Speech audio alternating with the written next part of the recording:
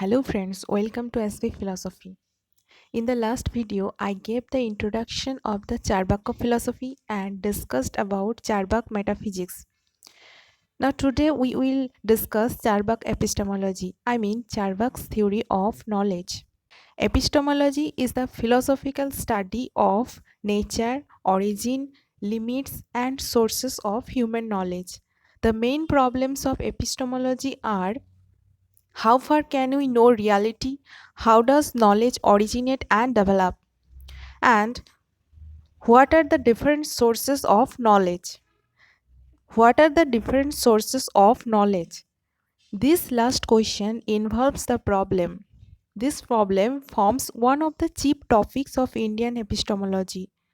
Now first we have to know that what is Prama, Praman, prameya, pramata. Prama is the knowledge of reality or valid cognition. Prama, what is Prama? Prama is the knowledge of reality.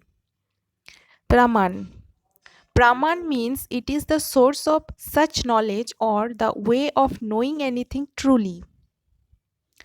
Prama means source of such knowledge, source of knowledge.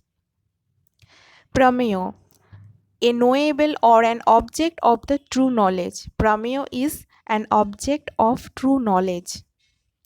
Pramata, pramata is subject or the person who obtains this true knowledge is called pramata.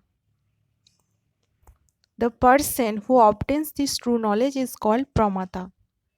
One can experience the true knowledge prama of the object prameya, and tool utilized for obtaining true knowledge is called pramana. Let's take an example. If at midday you turn your eyes overhead, you see the sun directly. Here, knowledge of sun is prama. You perceive the sun directly by your eyes, so perception is pramana. By your eyes, you are using your senses. Here, perception is pramana. The sun is prameya because sun is the object of true knowledge. Here, sun is the object of true knowledge, so sun is prameya.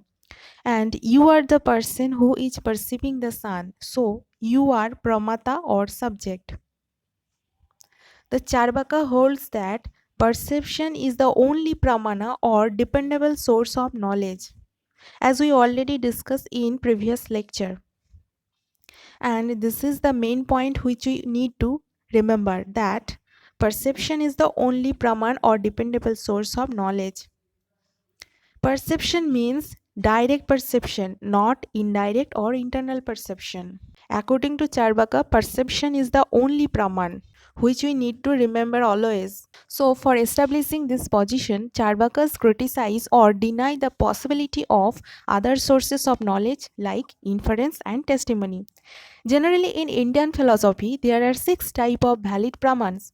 These are perception or pratyaksha, inference or Anumaan, testimony or Sabda, comparison or upaman, postulation or arthapatti, and last one is non-perception or anupalabdhi. Mainly, maximum schools accept the first 3 pramans, perception, inference, testimony, and last 3 are somehow depends on perception, inference and testimony.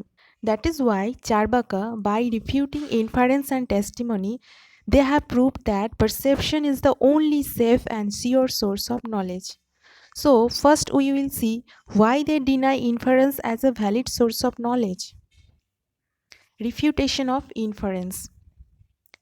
After perception comes Anumaan or inference. It is the process of ascertaining. According to Cārvāka, inference is not certain. If inference is to be regarded as a praman or valid source of knowledge, it must have knowledge about which we can have no doubt and which must be true in reality. But we will see that inference cannot fulfill these conditions. These conditions means, which are those? It must have knowledge about which we can have no doubt and which must be true in reality. Inference cannot fulfill these conditions.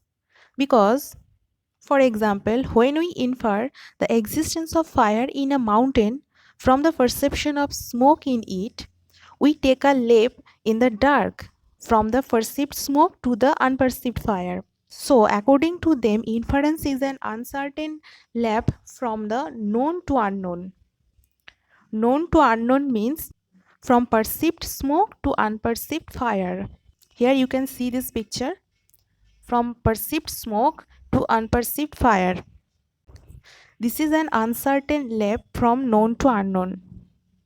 A logician like Noyaik will perhaps points out that such a leap is justified by the previous knowledge of the invariable concomitance between smoke and fire.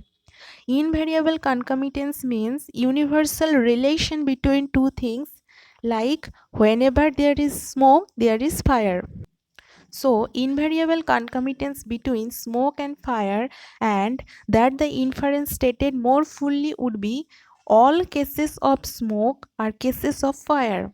This mountain is a case of smoke, therefore, conclusion is this is a case of fire. Here, all cases of smoke are cases of fire, or you can say, whenever there is smoke, there is fire. It's a major premise. Next one is this means mountain is a case of smoke is minor premise, and therefore this is a case of fire is conclusion. That means first I have seen smoke and fire together in many places, and now I am seeing smoke in a mountain. Here I am applying my previous experience and inferring that this mountain is a case of fire. Here, previous experience means that all cases of smoke are the cases of fire.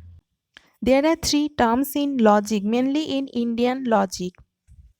These are minor term or Paksa. The subject which we consider in any inference is called Paksa or minor term. Here, mountain is Paksa or minor term. Second is major term or sadhya. It is the object which we want to know in relation to the Paksa or the inferable character of the Paksa. Last one is middle term or hetu. The hetu is the reason for our relating the sadhya to the Paksa. It is the ground of our knowledge of the sadhya as related to the Paksa. Now in this inference, mountain is the Paksa or minor term or the subject, and fire is the sadhya or major term, as that is something which we want to prove in relation to the mountain by means of this inference, and smoke is the hetu or lingya or middle or sadhana, as it is the mark or sign which indicates the presence of fire. So here minor term is mountain, major term or sadhya is fire, and middle term or hetu is smoke. So what is Vyapti? Vyapti is the universal relation between hetu and sadhya, or you can say invariable concomitance between smoke and fire. Means whenever there is smoke, there is fire. Inference depends on Vyapti relation. Now Cārvāka says that this Vyapti cannot be established by perception, so inference is not the valid source of knowledge. First you see that inference depends on Vyapti relation. Now Cārvāka say that this Vyapti cannot be established by perception, so inference is not the valid source of knowledge. The Cārvāka points out that this contention would be acceptable only if major premise, I mean all cases of smoke are cases of fire, stating the invariable relation between the middle term smoke and the major term fire were beyond doubt. But this invariable relation can be established only if we have a knowledge of all cases of smoke and presence of fire. However, this is not possible, as we cannot perceive even all the cases of smoke and fire existing now in different parts of the world, to speak nothing of those which existed in the past or will exist in the future. Thus, no invariable universal relation called Vyapti can be established by perception. According to Cārvāka, mainly there are three criticisms. First one is, we cannot perceive all the cases of smoke and fire in the past, present and future. Second criticism is, even we cannot say that Vyapti is based on another inference, I mean Vyapti depends on another inference, then it will involve a fallacy of petito principii. It will become a circular argument. In petito principii, the argument where one assumes the truth of what one seeks to prove. In the effort to prove, we don't get any new information here, also called fallacy of infinite regress, since the validity of that inference again has to be similarly proved. Third criticism is this Bhakti cannot be based on the testimony or Sabda of a reliable person who state that all cases of smoke are cases of fire. Here, Sabda means words of reliable person. For example, scientist word about atom, electron, farmers' words about plants, etc. But any person is reliable or not, we cannot prove this by perception. Reliability depends on inference. So again same problem arise. Inference depends on Vyapti and Vyapti relation is not possible as they already proved.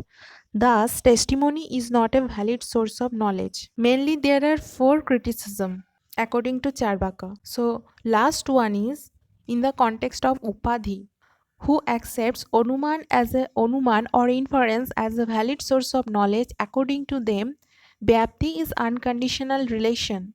There is no Upadhi. Upadhi means condition.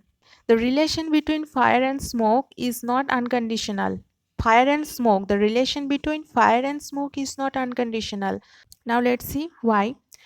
The relation between fire and smoke is not unconditional. For example, in electric heater, there is fire but there is no smoke.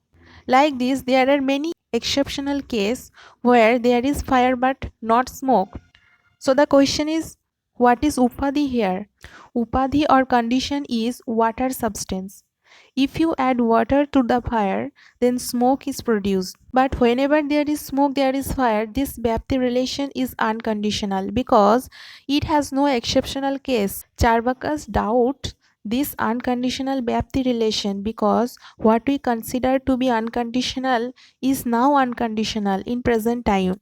But there is no guarantee that in the past there was no Upadhi and it will continue to be so in the future, as we have seen in the first criticism that we cannot perceive all the cases of smoke and fire in the past, present and future. Therefore, Vyapti cannot be established and inference cannot be regarded as a Praman or a sure source of valid cognition. Now, refutation of testimony. How Cārvāka refutes testimony also. Testimony is not a safe source of knowledge, according to Cārvāka. Testimony or words or Sabda means the statement of a reliable person or scriptures. Example, the prophet's instruction about virtue and vice, the scripture text on God, freedom, immortality, farmer's statement about plants.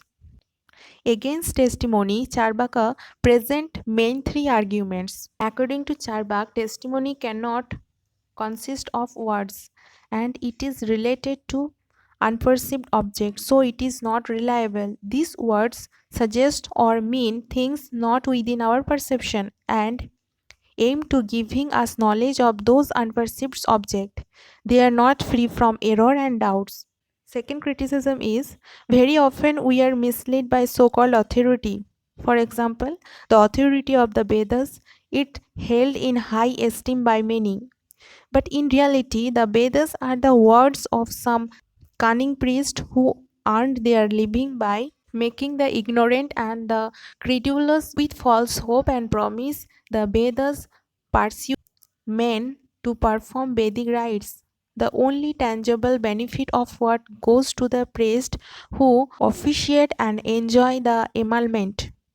Third one is, we can say that if we don't accept the words of the experienced and don't depend on expert advice, so our knowledge will be extremely limited and practical life sometimes impossible. The Cārvāka reply is that in so far as we depend on any authority because we think it to be reliable, the knowledge obtained is really based on inference because our belief is regarded by a mental process like this. This authority or Sabda should be accepted because it is reliable, and all reliable authorities should be accepted. Knowledge derived from verbal testimony or authority is as uncertain as inference.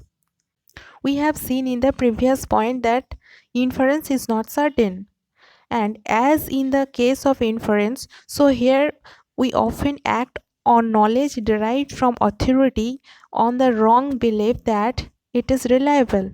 Sometimes this belief accidentally leads to successful result, sometimes it does not. Therefore, authority or testimony cannot be regarded as a safe and valid source of knowledge. As neither inference nor testimony or authority can be proved to be reliable, perception must be regarded as the only valid source of knowledge or pramana according to Cārvāka. So that's it from my side for this lecture. I hope you like this session. You can comment and share your opinion in comment section. If you have any other queries or questions related to this topic or philosophy in general, make sure you put that in the comments below. I am going to definitely address those in my next video. For more videos on philosophy, you can subscribe our channel SP Philosophy. We will meet very soon in the next lecture. Till then, happy learning. Keep loving philosophy. Thank you.